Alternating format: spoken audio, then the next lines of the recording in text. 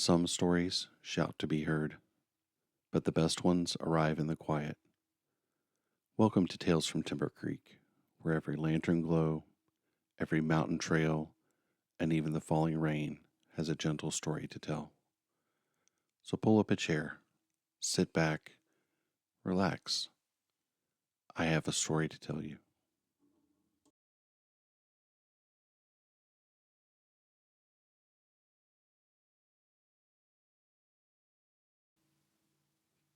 Time Lost, the clockmaker of Ember Hollow. In a quiet valley surrounded by low, patient hills, there stood a town called Ember Hollow. It was not a place known for greatness, nor for wealth, nor for remarkable invention. It was known instead for its steadiness, the kind of place where seasons passed gently, where children grew under the watchful eyes of neighbors, and where evenings were spent on porches with stories rather than in pursuit of anything beyond them. At the edge of this town lived a man named Thomas Hale.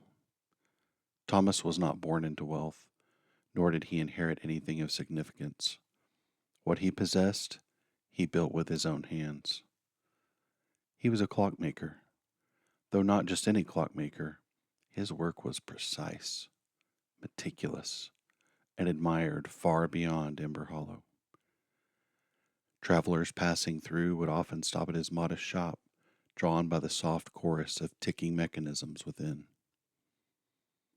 Clocks lined his walls, grandfather clocks tall as doorways, delicate pocket watches no larger than a coin, intricate pieces carved from oak and brass, each one keeping time with unwavering discipline.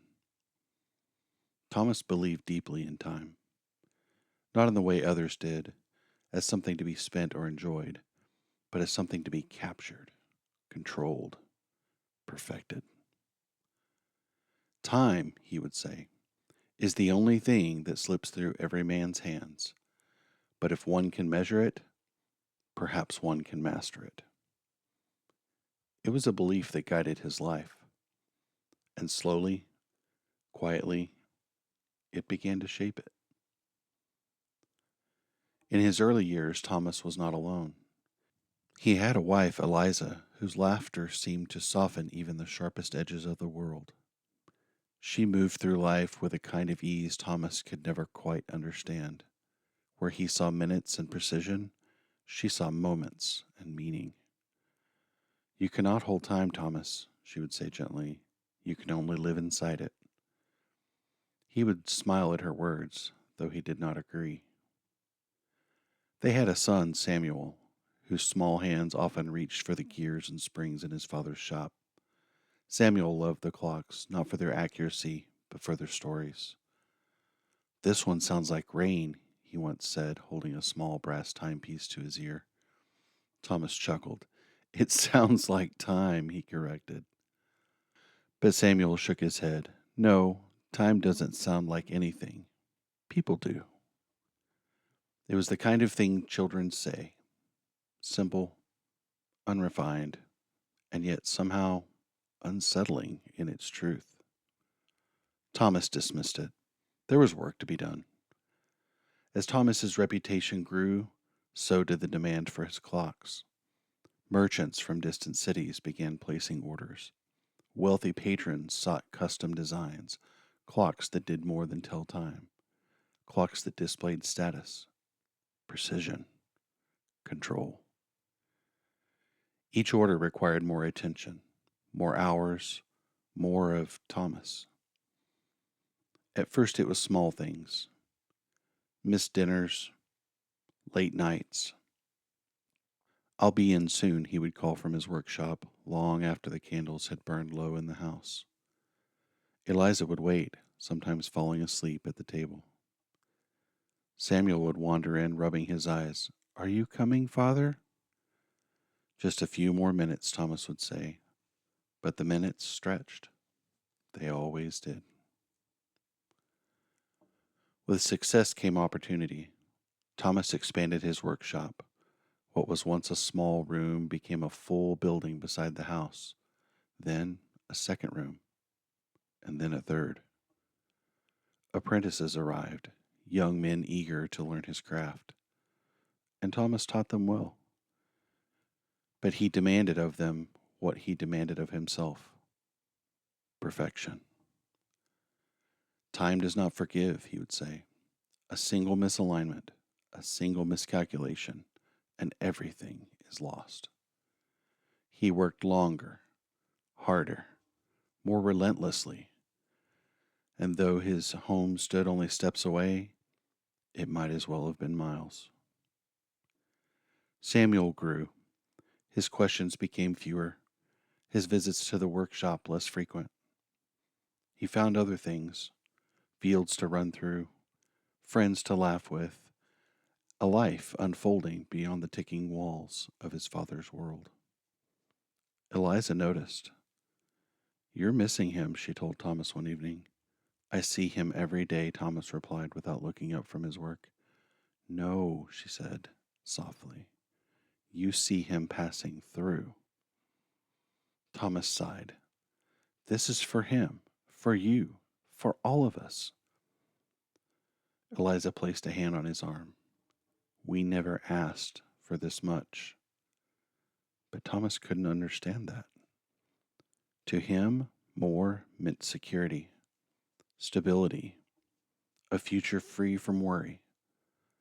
What he did not see was what it cost. One winter, a man came to Ember Hollow. He arrived in a carriage finer than anything the town had ever seen, drawn by black horses that moved as if they understood their own elegance. The man called himself Mr. Calder. He entered Thomas's shop quietly, his presence felt before it was fully seen. "I've heard," Calder said, his voice smooth and measured, "that you are the finest clockmaker for many miles." Thomas inclined his head. "I do my best." Calder walked slowly among the clocks, listening. Tick, tick, tick, tick, tick. "A symphony," he murmured. "You have captured something rare here." "I have captured nothing," Thomas replied. "Only measured what already exists." Calder smiled faintly. "Ah, but measurement is a kind of control, is it not?"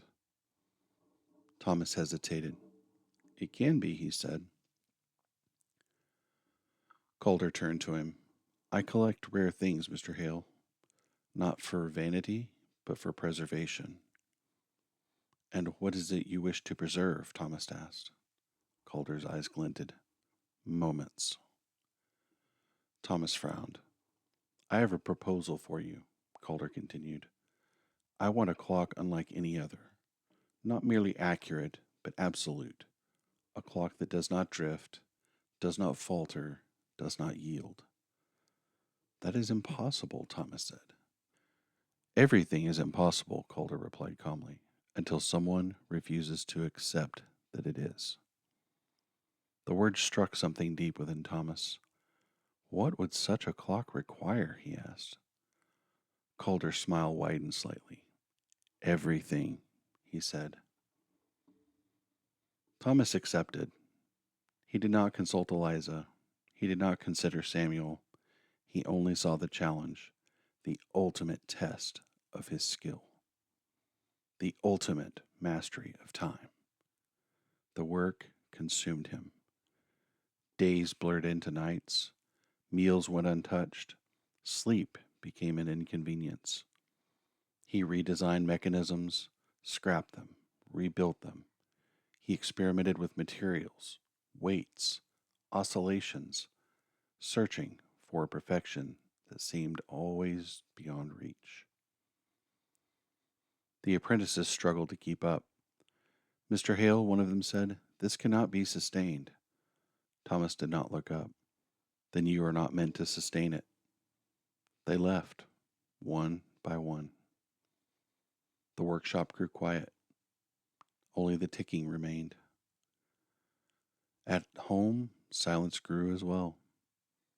Eliza stopped waiting at the table. Samuel stopped asking when his father would come. Life adjusted, not by healing, but by shifting around the absence. One evening, Eliza entered the workshop. Thomas barely noticed. "You haven't come home in 3 days," she said. "I came close," he replied. "You always are." He paused. For a moment, something flickered across his face. Uncertainty, perhaps, but it vanished quickly. "This is important," he said. Eliza stepped closer. "So are we." Thomas's jaw tightened. "You do not understand." "No," she said quietly. "I understand more than you think." She looked around at the countless clocks. "They all measure time," she said, "but none of them give it back." Thomas said nothing. Eliza's voice softened. "You are trading something you cannot replace for something you cannot keep." But Thomas turned away. "I must finish this," he said. And with that, the conversation ended. Not with resolution, but with distance. Spring came. Samuel was nearly grown now. One morning, he stood at the doorway of the workshop watching his father. Thomas didn't notice. "I'm leaving," Samuel said. The words hung in the air. Thomas continued working. "For where?" he asked absently. "The city," Samuel replied. "There's work there. Opportunity." Thomas nodded faintly. "Good. You should make something of yourself." Samuel hesitated. "I hoped we might talk." "We are talking." "No," Samuel said softly, "we're not." Thomas's hands paused for just a moment, but the moment passed. "I'm in the middle of something," he said. Samuel waited. Then he nodded. "I know," he said, and he left. Thomas didn't follow. He told himself there would be time later. There always was. Until there wasn't.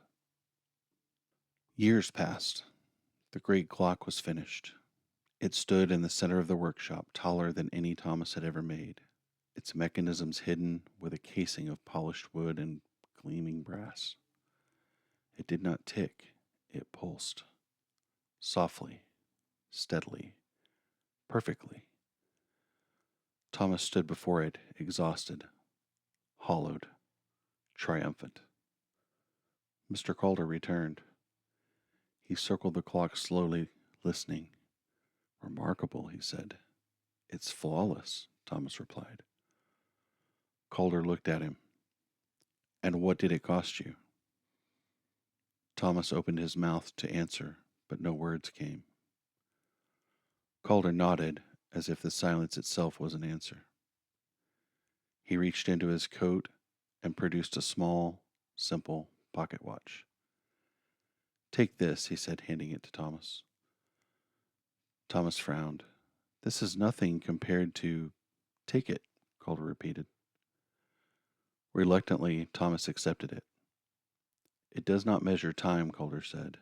"Not the way you think." Thomas examined it. It appeared ordinary. "What does it do?" he asked. Calder's gaze was steady. "It shows you what remains." That night, Thomas sat alone. The great clock stood silent beside him. He opened the pocket watch. Inside there were no numbers, no hands, only a faint, shifting glow. As he watched, images began to appear, not clearly, but like reflections in disturbed water. Eliza sitting alone at the table. Samuel standing in the doorway. Empty chairs. Unspoken words. Moments. Lost. Gone. The glow dimmed. Thomas's breath caught. "What is this?" he whispered. Calder's voice echoed in his memory. "It shows you what remains." Thomas felt something he had not allowed himself to feel in years.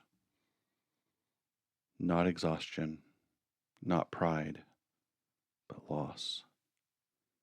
Deep, irrecoverable loss. He rose suddenly and ran to the house. It was quiet. Dust gathered where life once moved freely. Eliza was gone. Neighbors told him she had passed the previous winter, quietly, peacefully. She had waited, they said, for as long as she could. Samuel had not returned. No one knew where he had gone. Thomas left Ember Hollow the next morning. For the first time in his life, he did not carry tools. He only carried the pocket watch. He traveled from town to town asking for Samuel. Years blurred, not from work, but from wandering. And with each passing day, the glow within the watch grew dimmer. At last, in a distant city, he found him. Samuel was older now, his face lined not with age alone, but with experience. He worked in a small shop, nothing grand, nothing remarkable, but there was warmth there, laughter, and life. Thomas stood in the doorway, uncertain. Samuel looked up. For a long moment, neither spoke. Then Samuel said, "You found me." Thomas nodded. "I'm sorry," he said. The words felt small and insufficient. Samuel studied him. "For what?" he asked. "For all of it." Samuel was quiet. "You missed a lot," he said. "I know. You can't get that back." "I know." Silence stretched between them. Then Samuel sighed. "No," he said, "you can't." He stepped forward. "But you're here now."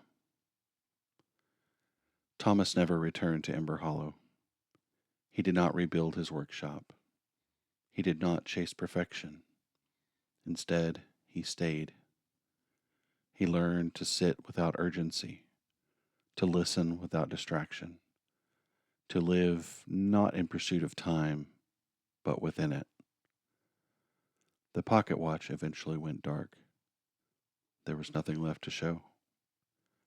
And though Thomas could never reclaim what he had lost, he came to understand something far greater than anything he'd ever built. Time is not a thing to be mastered. It's a gift to be given freely, fully, before it's gone. We spend our lives believing that we can always make more. More money, more possessions, more achievements. But time is the one currency that cannot be earned again once spent. The cost of neglecting those we love is not measured in what we gain, but in what we lose. And often we do not realize the exchange until there is nothing left to trade.